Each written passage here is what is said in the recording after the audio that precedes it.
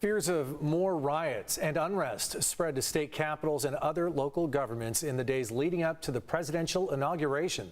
Good evening and thank you for joining us. I'm Carlo Cicchetto. I'm Marcella Lee in for Barbara Lee Edwards. Governor Gavin Newsom is mobilizing 1,000 members of the National Guard ahead of President Trump leaving office. Even though we're told there haven't been any threats here, law enforcement across San Diego County says they are prepared.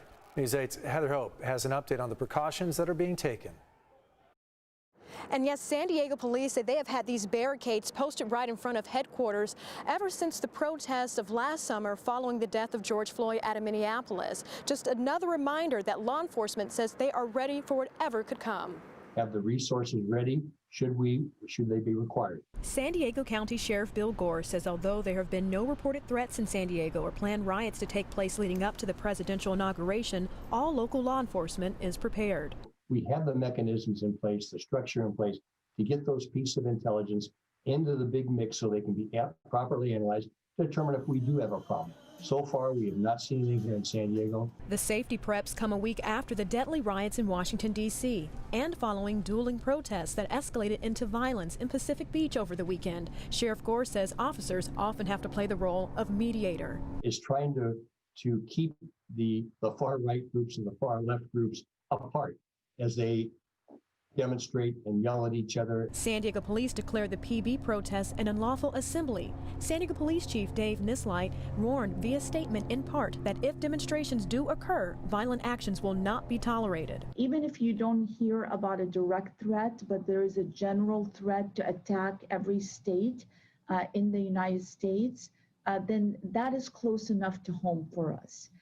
And we want to be prepared for it. For 8 months, the Carmel Valley for Equal Justice organization protests every Saturday in support of Black Lives Matter. One message I think we have to preach is unity. Nick Kakakis says his message for possible demonstrators is of peace. Where possible, engage the other side peacefully and constructively. If you can't engage them peacefully, then don't engage them at all. Now in D.C., as many as 20,000 National Guardsmen have been deployed to the Capitol. In Sacramento and other state capitals throughout the country, additional security measures are in place after the FBI announced armed protests are being planned in all 50 states starting Saturday through January 20th. Sheriff Gore says if you know of any possible threat, to always report it. Please notify law enforcement.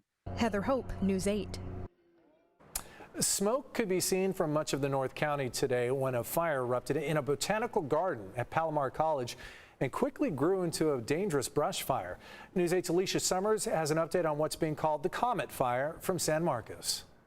It is hot and dry out here. Fortunately, it is not too windy. This fire is 0% contained, and the fire marshal says it is not spreading anymore, and ground crews are still out here making sure it doesn't. Update is the fire is holding at 40 acres due to aggressive ground and air attack. The Comet Fire started just after noon today in San Marcos near Palomar College. Firefighters say it started in a small field just east of the college and north of San Marcos Middle School. They are still investigating how it started and are following up on leads. We were told that homeless were in the area, but that hasn't been founded yet. The flames reportedly came too close for comfort to some of the houses nearby, but thankfully no structures were damaged and are no longer threatened. A homeowner says he has grown accustomed to fire season being all year round. Without any rain this year, this kind of stuff happens. Another local resident says she was a little nervous. It's a scary, tense situation, right now with the restrictions that we have. And not wanting to leave the house, it's kind of like you're up to no choice at this point. You gotta do what you gotta do. Another local resident said her family was ready to go if need be. Mine is already packed. We just need to grab and put it in the car. Yeah, it's already everything that is important to us. Computers, food, paper towels, everything necessities that we have already there. Evacuation warnings were issued but have since been lifted. Several fire departments are assisting San Marcos in containing the blaze. No injuries, civilians or firefighters, thankfully. Some areas are under a red flag warning, and fire crews are staying out here to make sure this fire doesn't flare up again. Meanwhile, firefighters are telling residents in the area to be prepared to evacuate if prompted because, as we know, conditions can quickly change. Carlo and Marcella.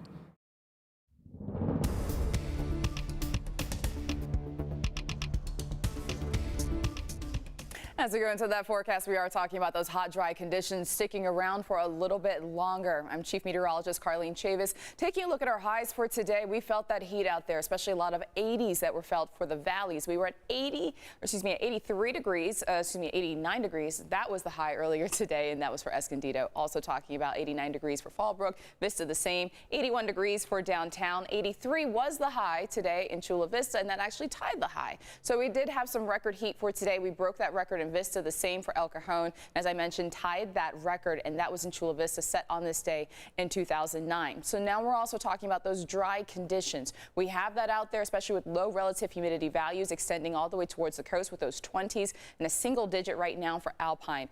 San Diego County is not under a red flag warning, but much of Southern California is. But we are still going to be dealing with these Santa Ana wind conditions and also some very hot temperatures for tomorrow. Some more details are coming up. Carlo. Thank you, Carlene.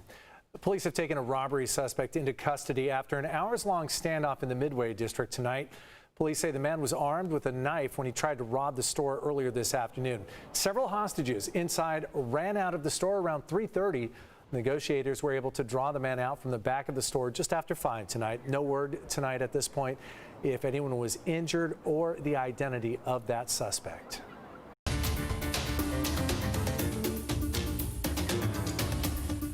Senior citizens are now eligible to get the coronavirus vaccine, but it could be a longer wait than first expected. News 8's Brandon Lewis of our vaccine team looks at how the process works and where the holdups are happening. Now, Carlo and Marcelo, we checked with our area hospitals, and none of them say they are ready to start vaccinating seniors age 65 and older. Many of them say there's a supply issue. They're still trying to vaccinate those who are in phase 1A and just don't have enough to start vaccinating seniors, including the one that we're following until he gets his.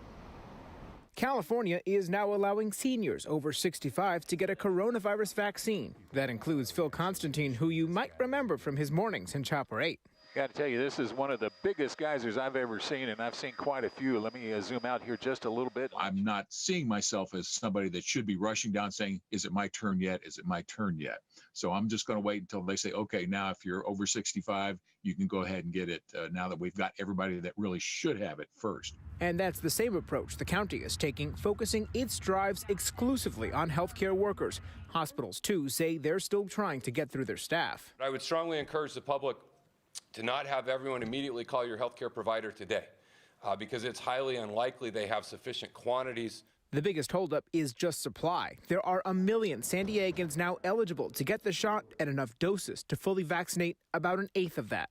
We need people to be exceedingly patient, not because people aren't doing everything they can to get the vaccines out, but because the vaccines have simply not arrived. In the meantime, the county is working to sharply increase vaccination sites despite a lot of unanswered questions on future shipments. We don't know when, and we don't know how many.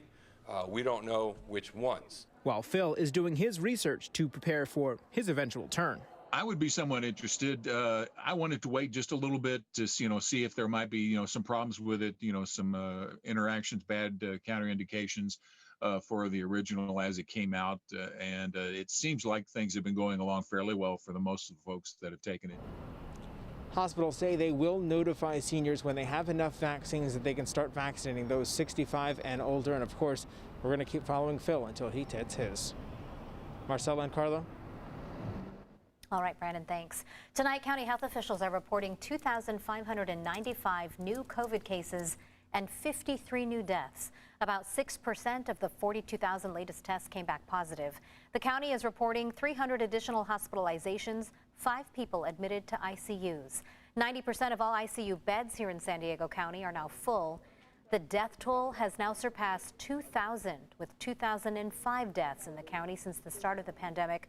More than 204,000 people have been infected.